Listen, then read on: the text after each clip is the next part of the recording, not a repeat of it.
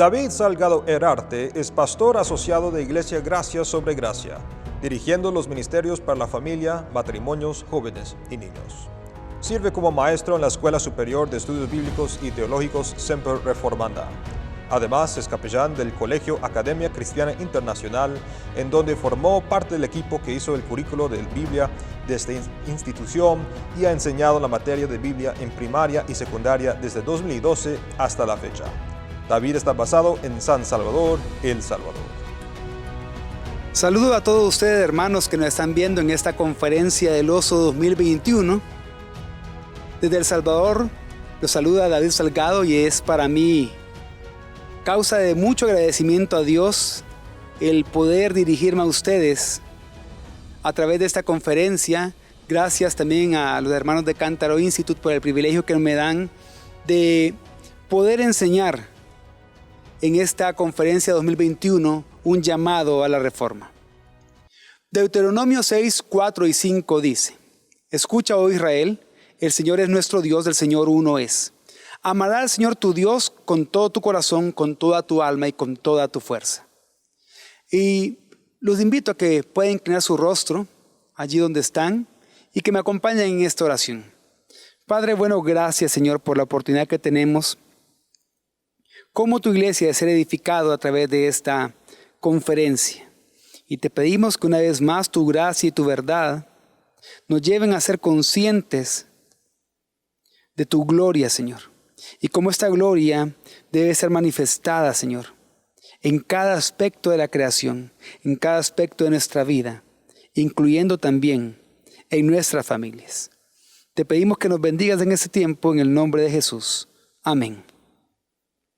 El título de esta enseñanza es Ama y Escucha, por medio de la cual se me ha pedido que responda a una pregunta que hace un llamado a la reforma, empezando en nuestros hogares. ¿Por qué la crianza de los hijos debe de ser reformada? Hoy deseo responder a esta pregunta con el libro de Deuteronomio, el cual es un discurso de Moisés instruyendo al pueblo en la forma que deben de vivir ellos en la tierra prometida. En este discurso él está exhortando a la nueva generación a ser fieles al pacto, recordándoles la gracia de Dios y llamándolos a dar una respuesta agradecida y obediente a esta gracia. En otras palabras, ellos deben de responder a la gracia de Dios mostrada en el pacto con amor y con obediencia. Es sumamente interesante que ningún libro de la Biblia, o quizás ningún libro de la Biblia, podríamos decir, que manifiesta una mayor preocupación por la transmisión de la fe a la próxima generación, como lo vemos en Deuteronomio. Y a través de Deuteronomio, capítulo 6, versículos 4 al 25, yo quiero responder a la pregunta planteada anteriormente: ¿por qué la crianza de los hijos debe de ser reformada? Y mi respuesta es: porque la fe reformada nos centra en Dios, en escuchar y amar a nuestro Señor. Por lo tanto, conociendo y viviendo la fe reformada, podremos hacer tres cosas en la crianza de nuestros hijos. En primer lugar, podremos criar a nuestros hijos con amor y obediencia a Dios. También podremos criar a nuestros hijos conscientes de la gracia de Dios y respondiendo a esa gracia. Y por último, criaremos a nuestros hijos firmes en el Evangelio y dispuestos a predicarlos a ellos. Vamos a hablar de la primera de las razones o la primera de las formas en las que podemos criar a nuestros hijos bajo la fe reformada, y es: cría a tus hijos con amor y obediencia a Dios. Deuteronomio 6, 4 y 5 dice: Escucha, oh Israel, el Señor es nuestro Dios, el Señor uno es. Amarás al Señor tu Dios con todo tu corazón, con toda tu alma y con toda tu fuerza. Este pasaje comienza con la palabra escucha. En hebreo es Shema. Este pasaje que estamos leyendo ahora mismo se convirtió, por así decirlo, en la confesión de fe del pueblo hebreo. Por miles de años esto ha sido así. Pero esta palabra Shema, que se traduce como escucha, no significa simplemente oír, simplemente que el sonido entre por nuestros oídos, sino que va más allá. Significa prestar atención de manera que respondamos a lo que se escucha. Escuchar requiere esfuerzo, pero también requiere acción. Por lo tanto, escuchar requiere que respondamos con obediencia. Pero, ¿qué debe de escuchar el pueblo de Dios? Y obedecer, por lo tanto. En primer lugar, debe de escuchar que el Señor es nuestro Dios, el Señor uno es. Esto implica que Jehová, el Señor nuestro Dios, es el único Dios vivo y verdadero. Solo Él es Dios y es un solo Dios. El pueblo no desea tener otro Dios, ni debe adorar a otro Dios. Esta confesión, nuestro Dios es el Señor solo, es una confesión radical que implica que la lealtad de Israel es solo para su Dios, que solo el Señor determina la vida e identidad de su pueblo. Israel, como lo hemos visto a lo largo de la Biblia, fácilmente fue seducido en varias ocasiones a alejarse de la genuina adoración al único Dios verdadero para ir en pos de dioses falsos que eran atractivos para ellos porque satisfacían sus deseos, porque satisfacían sus concupiscencias. Por lo tanto, Dios da a su pueblo un mandamiento que los dirige a Él, para que lo vean a Él, para que se centren en Él. Nosotros hoy somos continuamente tentados a levantar ídolos de nuestra vida, los cuales hacen que quitemos la mirada del único Dios verdadero, que dejemos de escucharlo a Él y que por lo tanto dejemos de amarlo a Él. Y hermanos, mientras no tengamos la mirada en Dios y estemos centrados en Él, no podremos criar cristianamente a nuestros hijos. Quiero volver a leer este pasaje de Deuteronomio 6, 4 al 5. Escucha, oh Israel, el Señor es nuestro Dios, el Señor uno es. Amarás al Señor tu Dios con todo tu corazón, con toda tu alma y con toda tu fuerza. Por lo tanto, porque el Señor Dios es uno, es el único, su pueblo debe de amarlo con todo su corazón, alma y fuerza. El pueblo está llamado a una relación personal, íntima y de confianza con Dios. Debe de responder al amor de Dios de una sola forma, amándolo a Él. Israel es llamado a responder al amor de Dios amándolo de vuelta. Pero este amor debe de ser, en primer lugar, con todo su corazón. En la Biblia, el corazón es el centro de todo aspecto de la existencia humana. No solamente el generador de vida física, sino también de la intelectual y emocional, a partir de las cuales ejercemos nuestra voluntad para que podamos tomar decisiones motivados por nuestros deseos.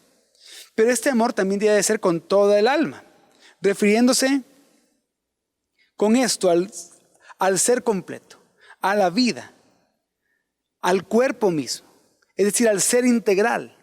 Amar a Dios con toda el alma significa dedicar toda tu existencia a tu Creador. Y por último, este amor debe ser con toda la fuerza. Se debe de amar a Dios con todo, dedicando cada posibilidad, cada oportunidad, capacidad y recursos para honrar a Dios. Y así como el Señor es uno y el único, la lealtad y el amor del pueblo de Dios hacia Él debe ser indivisible y debe de ser total, de todo corazón, con todo el ser, con toda la capacidad y recursos. El amor que Dios pide es un compromiso total. Padre de familia, madre de familia, ¿quieres criar cristianamente a tus hijos? ¿Quieres criarlos de una manera que agrade y honra a Dios? ¿Quieres hacer más que corregir su conducta y cambiar su comportamiento? ¿Quieres criarlos cumpliendo el llamado que Dios te hace como padre, como madre? Entonces escucha y ama. Escucha y ama a Dios. Escuchar implica responder a la gracia de Dios obedeciendo tu palabra. Pero para obedecer su palabra tienes que recurrir a ella diariamente. Leerla, meditar en ella, memorizarla, estudiarla. Pero también tienes que amar, que el amor sea tu verdadera motivación para obedecer a Dios. No puedes obedecer su amor, no puedes obedecer sin amor. Y no puedes decir que amas a Dios si no lo obedeces. En otras palabras, que tu paternidad, que tu maternidad, que la crianza de tus hijos surja de un corazón devoto a Dios, una devoción con todo tu ser. Entonces surge una pregunta acá. Si esas palabras del Shema debían ser las palabras más importantes de todas, ¿qué debía hacer el pueblo con ellas? Leamos Deuteronomio 6, 6 al 9. Estas palabras que yo te mando hoy estarán sobre tu corazón. Las enseñarás diligentemente a tus hijos y hablarás de ellas cuando te sientes en tu casa y cuando andes por el camino, cuando te acuestes y cuando te levantes. Las atarás como una señal a tu mano y serán por insignias entre tus ojos. Las escribirás en los postes de tu casa y en tus puertas. En primer lugar, lo que vemos acá es que el Shema debía guardarse en el corazón. No es una cuestión de obedecer por obedecer, ni de hacerlo por religiosidad, ni por tradición. Esas palabras deben de estar arraigadas en el corazón, hacerlas parte del ser. En segundo lugar, esas palabras debían enseñarse a los niños con diligencia, de forma intencional, en casa y fuera de casa, es decir, en todo lugar. Al acostarse y a levantarse, los padres debían enseñar a sus hijos de tal manera que sus últimos pensamientos antes de quedarse dormido y sus primeras palabras al levantarse sean acerca de amar al Señor y obedecer sus mandamientos con todo su corazón, con toda su alma y con toda su fuerza. Estas palabras debían de hablarse, de discutirse, de estudiarse, de aprenderse en la casa, ocupando cualquier situación para poder dirigirlas a la obediencia y el amor de Dios. Hermanos, con esto tenemos que estar conscientes que la crianza de los hijos no es un evento de un par de horas a la semana, no es una clase que tiene un horario de 3 veces por semana, sino que está ligado a la vida. Debe hacerse aprovechando cada oportunidad, debe hacerse enseñando y viviendo, debe ser un discipulado intencional. En tercer lugar, las palabras del Shema deben atarse al cuerpo y controlar el comportamiento individual, el de la familia y el carácter de la vida hacia la comunidad. El atarlo a las manos y ponerlo entre los ojos no se debe tomar literalmente como algunos judíos lo han hecho a lo largo de la historia, poniendo copias de esto en sus brazos y en sus frentes, sino que deben de estar tan ligadas al corazón que controlen todo nuestro ser, pensamientos y acciones.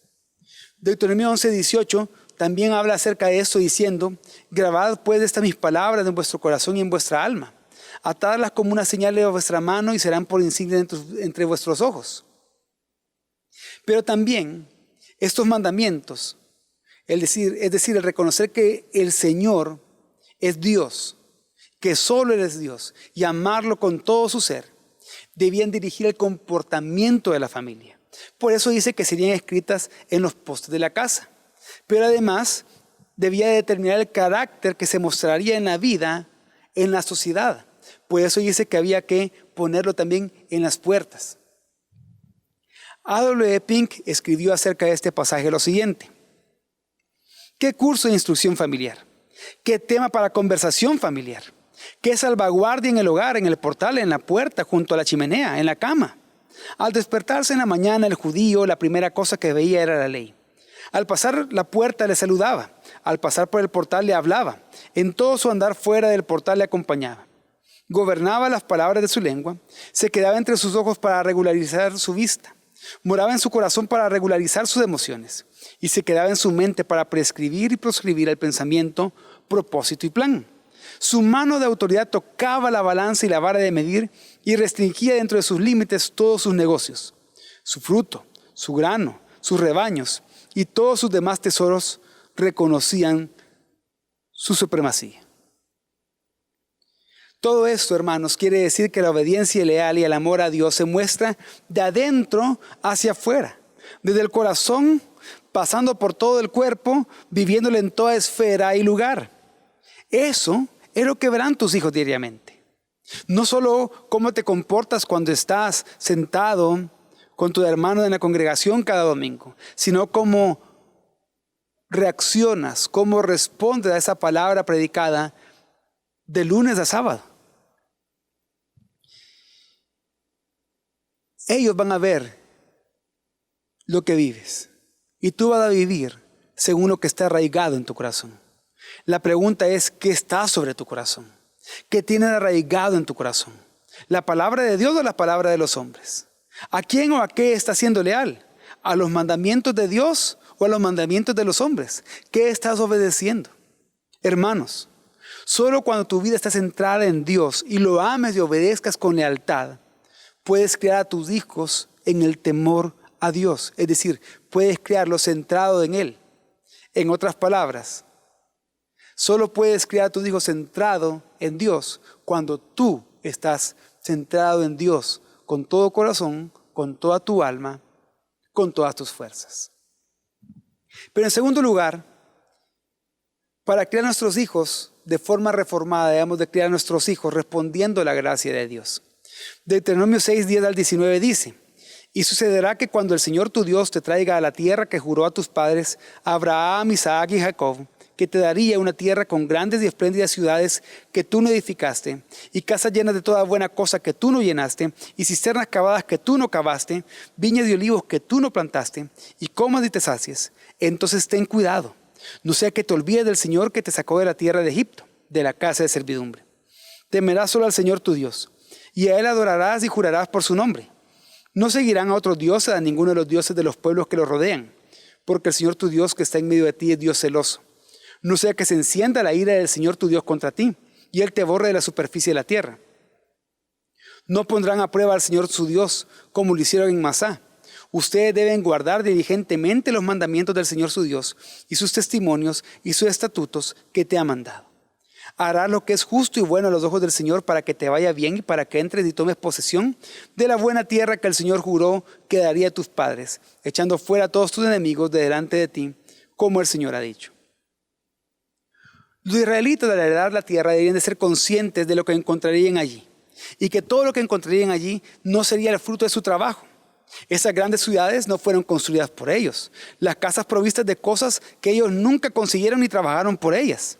Cisternas que ellos no cavaron y viñas que ellos no plantaron. Todas esas cosas ellos las recibieron como un don de la gracia de Dios. Y ellos tenían que ser conscientes de esa gracia. Pero además de ser conscientes de que lo recibido fue por gracia, también tenían que responder a esa gracia. Pero ¿cómo ellos podrían responder a esa gracia? Obedeciendo los mandamientos. No olvidando que Dios, el Señor, los redimió sacándolos de la esclavitud en Egipto. Y por lo tanto tenían que temerlo y adorarlo. Solo a Él, solo al Señor. Tampoco tenían que levantarse otros dioses, sino que reconocer que el Señor su Dios, el único Dios verdadero, es Dios celoso. Pero tampoco tenían que dudar de Dios, que tentarlo dudando que el Señor estaba en medio de ellos.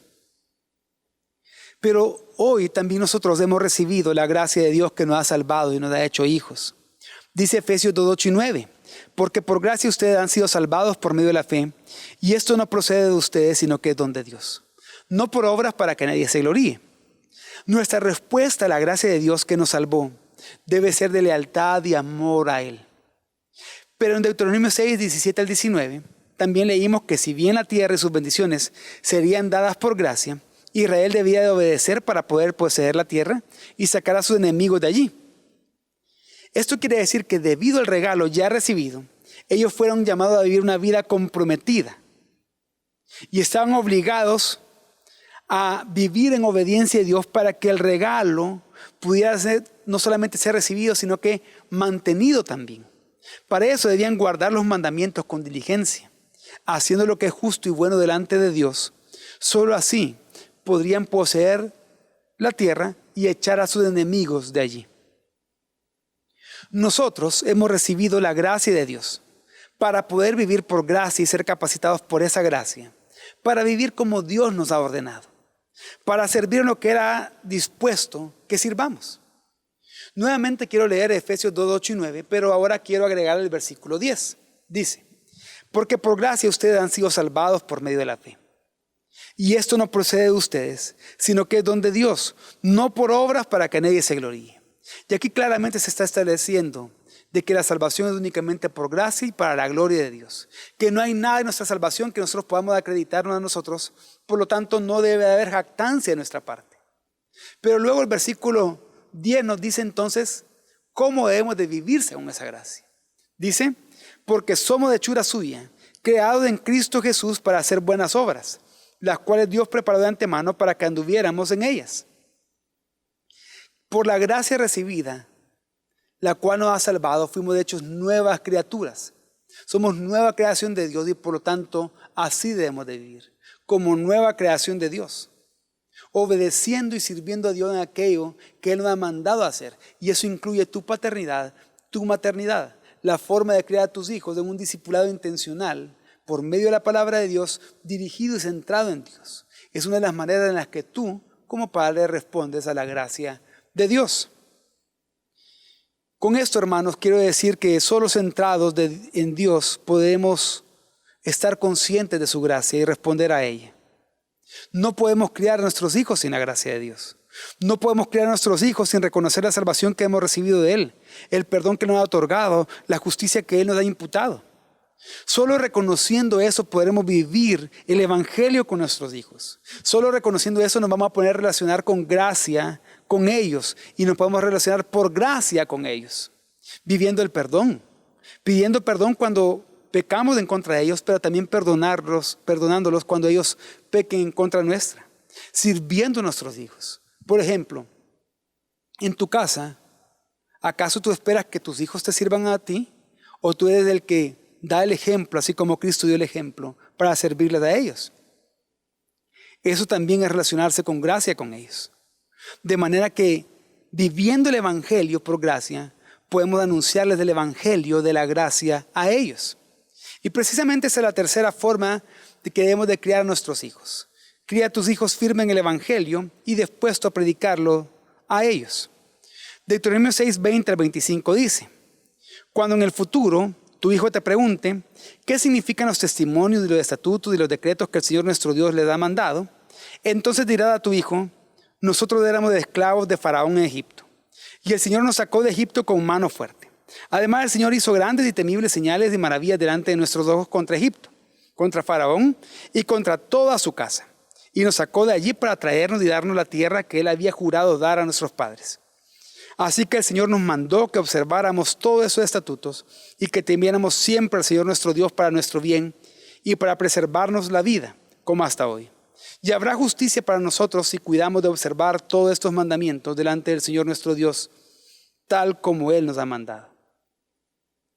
Los versículos finales del capítulo 6 de Deuteronomio abordan un asunto que surge varias veces en Deuteronomio: enseñar a los hijos. Hay muchas referencias en este libro a los hijos, a los niños, a la próxima generación. La razón de este énfasis en los hijos es clara, porque Deuteronomio era un libro dirigido a la próxima generación que heredaría la tierra. Lo que el pueblo aprenda de Moisés y del Señor lo va a transmitir a sus hijos para que cada nueva generación esté preparada para estar delante de Dios y temer al Señor tu Dios. El temor al Señor o el temor a Dios abarca todo lo que significa amar al Señor. Abarca todo lo que significa no tener otros dioses ni servir a otros dioses. Se refiere a que la lealtad final de una persona tiene que ser solo hacia Dios.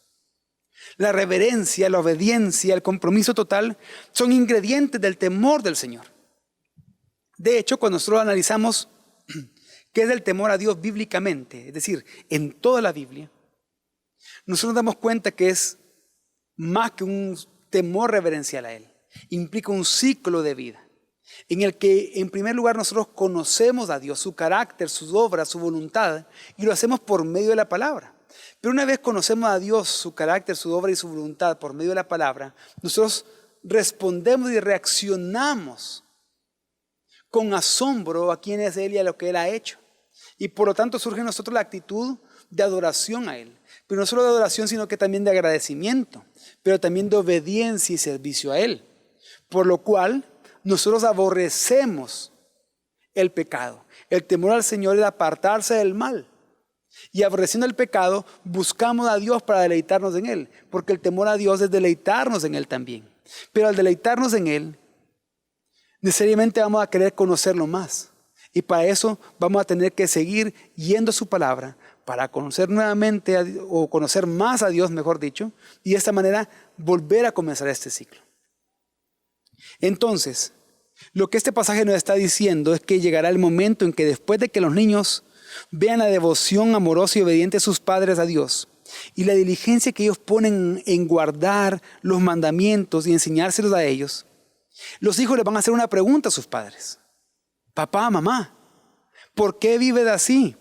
¿Qué significan esos mandamientos que el Señor nuestro Dios les ha mandado? Y la respuesta de los padres hebreos a esas preguntas de sus hijos se remonta al gran acto de redención y salvación que Dios hizo con su pueblo y las bendiciones otorgadas. Ellos debían de responderle: nosotros éramos esclavos de Faraón en Egipto y el Señor nos sacó de Egipto con mano fuerte. Además, el Señor hizo grandes y temibles señales y maravillas delante de nuestros ojos contra Egipto, contra Faraón y contra toda su casa. y nos sacó de allí para traernos y darnos la tierra que Él había jurado dar a nuestros padres. Y el énfasis en esta palabra es, hijo, antes éramos esclavos del faraón y Dios nos rescató y ahora somos siervos de Dios. El énfasis está en un cambio de amo. Dios los rescató y por lo tanto Él ahora es su Señor a quien deben de obedecer. Pero Él no solo los rescató, sino que les dio la bendición de la tierra para que ellos de allí en esa tierra fueran pueblo de Él. Por eso cuando sus hijos les pregunten, y seguramente le van a preguntar, ¿por qué vivimos así, papá? ¿Por qué somos cristianos? ¿Por qué hacemos esto? ¿Por qué no hacemos lo que los demás hacen? Ustedes deben responder con el Evangelio. Y un buen punto de partida para responder es de Efesios 2, 1 al 7, que dice, y Él les dio vida a ustedes que estaban muertos en sus delitos y pecados, en los cuales anduvieron en otro tiempo según la corriente de este mundo, conforme al príncipe de la potestad del aire, el espíritu que ahora opera en los hijos de desobediencia. Entre ellos también todos nosotros en otro tiempo vivíamos en las pasiones de nuestra carne, satisfaciendo los deseos de la carne y de la mente, y éramos por naturaleza hijos de ira, lo mismo que los demás. Lo que está diciendo estos primeros 3 versículos de Efesios 2 es que éramos esclavos, triplemente esclavos, esclavos de nuestro pecado, esclavos del mundo y esclavos de Satanás, y que por lo tanto merecíamos condenación, merecíamos experimentar la ira de Dios por nuestros pecados. Pero en el versículo 4 hay un gran pero que debemos destacar, resaltar y subrayar. Dice, pero Dios, que es rico en misericordia, nos dio vida juntamente con Cristo. Por gracia ustedes han sido salvados. Pero Él no solo nos dio vida con Cristo, sino que también dice que nos resucitó y con Él nos sentó en lugares celestiales en Cristo Jesús. No solo nos salvó, sino que ha dado la bendición más grande, estar unidos a Cristo por su muerte y resurrección, estar en Él y disfrutar las bendiciones de estar con Él. Pero ¿para qué lo hizo? El versículo 7 dice, a fin de mostrar en los siglos venideros las sobreabundantes riquezas de su gracia, por su bondad para con nosotros en Cristo Jesús. Hermanos, cuando estamos centrados en Dios, en amarlo y obedecerle, en ser conscientes de su gracia y responder a esa gracia, todas las preguntas que nuestros hijos tienen podremos responderlas con los pies firmes en el Evangelio y dispuestos a llevarlos a ellos del Evangelio. Dispuestos a mostrar a ellos hoy las sobreabundantes riquezas de la gracia de Dios. Pero también algo muy importante. Nuestra crianza al hacer esto no va a ser enfocada en cambiar la conducta de nuestros hijos únicamente. En cambiar el comportamiento, en que ellos se porten de una manera que nos hagan sentir orgullosos a nosotros delante de los demás. Sino que nuestra crianza va a estar enfocada en pastorear el corazón de nuestros hijos con la palabra de Dios, guiándolos del Evangelio y orando con confianza en Dios y esperando que Él haga su obra redentora en ellos. En todo esto no tenemos que dejar de ser conscientes de la naturaleza pecaminosa de nuestros hijos, que ellos así como nosotros nacieron siendo pecadores, pero tampoco vamos a dejar de ser conscientes de la gracia del Evangelio que los puede salvar, así como nos salvó a nosotros. Entonces, para concluir, ¿por qué la crianza de los hijos debe ser reformada? Porque la fe reformada nos centra en Dios. De manera que lo amamos con todo nuestro ser y lo obedecemos con lealtad. Somos conscientes de su gracia y respondemos a ella sirviendo.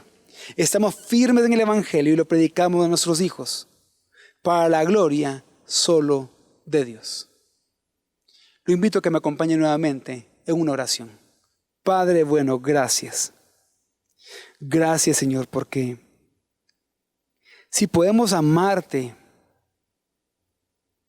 y obedecerte, es porque tú nos has amado primero. Porque tú has mostrado gracia, misericordia y bondad sobre nosotros. Y te pedimos, Señor, que podamos responder a esa gracia, misericordia y bondad, centrándonos en ti, en quién eres tú, y obedeciéndote a ti en todo momento y en todo lugar.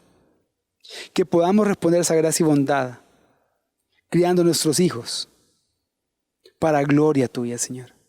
No podemos hacerlo solos. Necesitamos de ti, de tu Santo Espíritu, de tu palabra, del cuerpo de Cristo para hacerlo. Ayúdanos, Señor. Y esta es nuestra petición hoy, en el nombre de Jesús. Oramos. Amén. Hermanos, que Dios los bendiga. Evangélicos, apostólicos, históricos y confesionales. Somos Semper Reformanda, una escuela superior de estudios bíblicos y teológicos con alcance latinoamericano que enseña que la Iglesia de Cristo debe estar siempre reformándose. Tenemos disponibles para ti licenciatura en Teología Online, con 5 áreas de estudio: Teología, Doctrina Reformada, Cosmovisión Bíblica Reformada, Exégesis, Misión y Ministerio, Práctica y Piedad, diplomados y cursos cortos para que consumas a tu propio ritmo. Contamos con maestros de amplia experiencia y sólido fundamento doctrinal. Natán Díaz, Pastor Javier Domínguez, Joe Owen, Andrew Rogers, Stephen Martins, Terry Coy, entre otros. Visítanos en www.sreformanda.com.